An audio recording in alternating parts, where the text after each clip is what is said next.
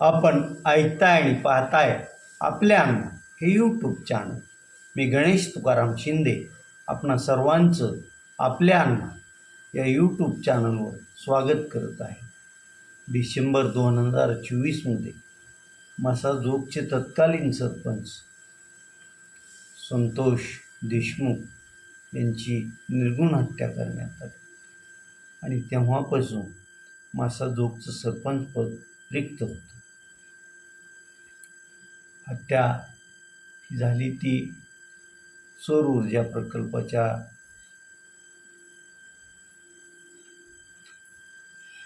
कंपनीला खंडणी मागण्याच्या वादातून झाली होती. खंडणीला विरोध करणाऱ्या सरपंच संतोष देशमुख यांचा काटा खंडणी बहात्तरांनी काढला होता. या प्रकरणाचा तपास झाला. सध्या बीडच्या न्यायालयात संतोष देशमुख यांच्या खून खटल्याचा दावा सुरू आहे.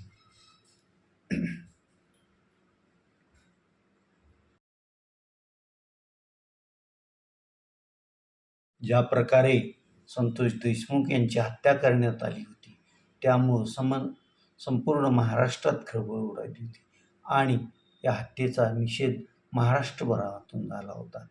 त्यानंतर संतोष देशमुख यांच्या खुनासंदर्भात तपास योग्य रीतीने व्हावा यासाठी त्यांचे बंधू धनंजय देशमुख सतत आवाज उठवित राहिले होते. दोन वर्ष उलटून गेल्यानंतर जे राज्यात ग्रामपंचायतीच्या पोटनिवडणुकीचा कार्यक्रम जाहीर झाला त्या कार्यक्रमानुसार परवा मसाजोग येथील सरपंच पदाची निवडणूक म्हणजे ह्या एप्रिल महिन्याच्या प्रारंभी निवडणूक जाहीर झाली होती. ही निवडणूक बिनविरोध व्हावी असा अनेकांचा प्रयत्न होता आणि बिनविरोध सरपंच म्हणून संतोष देशमुख यांच्या पत्नी अश्विनी देशमुख यांना लोकांनी निवडून द्यावं आणि सर्वांनी सहकार्य करावं असा एक सूर होता. मात्र ज्यावेळी दिवंगत संतोष देशमुख यांनी सरपंच पदाची थेट निवडणूक जिंकली होती त्यावेळेस त्यांच्या विरोधात निवडणूक लढवलेले स्वरूपानंद देशमुख काही केल्या ऐकायला तयार नव्हते. त्यावेळी त्यांचा अवघ्या 9 मतांना पराभव झाला. त्यामुळं अखेर मसाजोगच्या सरपंच पदासाठी निवडणूक झाली. या निवडणुकीत ज्यावेळेस स्वरूपानंद देशमुख निवडणूक हारले होते त्या निवडणुकीपेक्षा 10% मतदानाची टक्केवारी वाढली होती आणि मग सर्व मसाजोगकरांचीच नव्हे तर बीड जिल्ह्यातील नागरिकांचं लक्ष निवडणुकीचा निकाल काय लागतो याकडे होतं. अनेकांना संतोष देशमुख यांच्या हत्येची सहानुभूती ही अश्विनी देशमुखांना विजयी करेल असं वाटत होतं, परंतु सहानुभूती तशी या मतदानात दिसून आली नाही आणि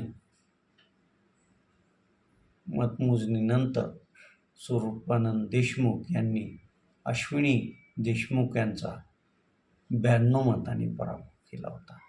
म्हणजे 9 मतांनी हारलेल्या गेल्या निवडणुकीत स्वरूपानंदांनी यावेळेस चक्क 92 मतांनी विजय मिळवलेला आहे. एकंदरीत पाहता लोक जे म्हणतात त्याप्रमाणे सहानुभूती जास्त काळ टिकत नसते असं मसाजोगच्या निवडणुकीतून दिसून आलं आहे. यात खरं तर लोकांनी जो संतोष देशमुख यांची हत्या झाल्यानंतर कुठल्याही याच्यात धनंजय देशमुख यांचं जे जास्त त्यांचा सहभाग कुठेही दिसून येऊ लागला ते मसाजोगकरांना खटकलं असावं आणि त्यामुळंच स्वरूपानंद देशमुख यांचा विजय झालेला असो.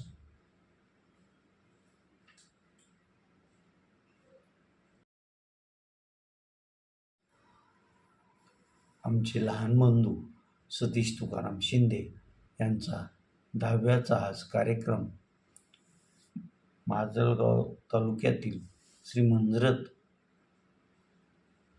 या तीर्थक्षेत्री सकाळी 6 वाजता पूजा अर्चा आणि संपूर्ण विधी करून पार पडला. सतीश शिंदे यांचं 21 एप्रिल 2026 रोजी निधन झालं होतं. वयाच्या अवघ्या 62व्या वर्षी सतीश सजानं सर्वांना हळहळ निर्माण करून गेलेलं होतं. सतीशचा 13व्या रविवारी कार्यक्रम असून सोमवारी गोड जेवणाचा कार्यक्रम आहे.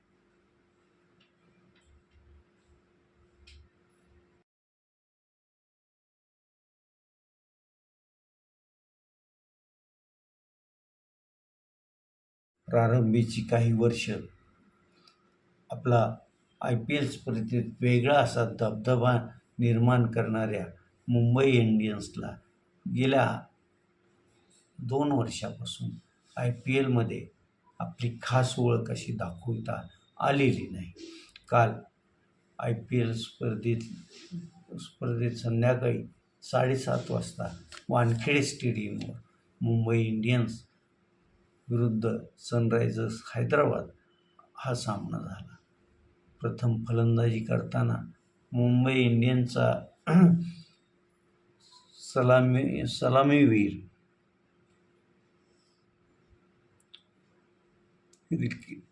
रिकेल्सन यानं शतक केलं. त्याला तशीच साथ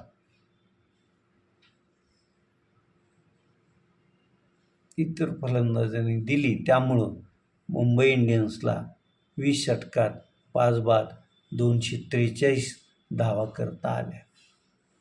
हे आव्हान घेऊन सनरायझर्स हैदराबादचा संघ मैदानात उतरला. त्यांच्यापुढं हा सामना जिंकण्यासाठी 244 धावाचं आव्हान होतं. त्यांची सलामीची जोडी जी नेहमीच चांगली फलंदाजी करत आलेली आहे आणि संघाची सुरुवात दमदार करते ते अभिषेक शर्मा आणि हेड यांनी तुफान अशी फलंदाजी पहिल्या पॉवर प्लेमध्येच केली होती आणि पहिला 6 षटकांचा पॉवर प्ले संपला त्यावेळेस सनरायझर्स हैदराबादनं जवळपास 100च्या आसपास धावा केलेल्या होत्या. अभिषेक शर्मा हा बाद झाला. मग हेडला पुढं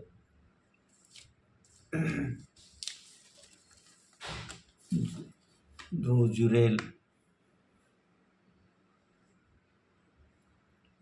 क्लासी यांनी सुरेख साथ दिली आणि 18 षटकं आणि 4 चेंडूतच सनरायझर्स हैदराबादनं 4 बाद 249 धावाचा टप्पा गाठला आणि हा सामना जिंकला. आता गुंतालुकीत जे हे पहिले 4 याच्यावर संघ आहेत त्यात आता सनरायझर्स हैदराबाद, दिल्ली कॅपिटल आणि पंजाब हे एकमेकाला घासून पुढं वाटचाल करत आहेत आणि या 3 संघापैकी कोणता तरी एक संघ यावेळेचा IPL विजेता होईल एवढं मात्र नक्की. आता आपण येथेच थांबतोय. तुम्ही आपल्या YouTube चॅनल सबस्क्राईब करा, लाईक करा आणि कमेंट्स पण नोंदवा. धन्यवाद.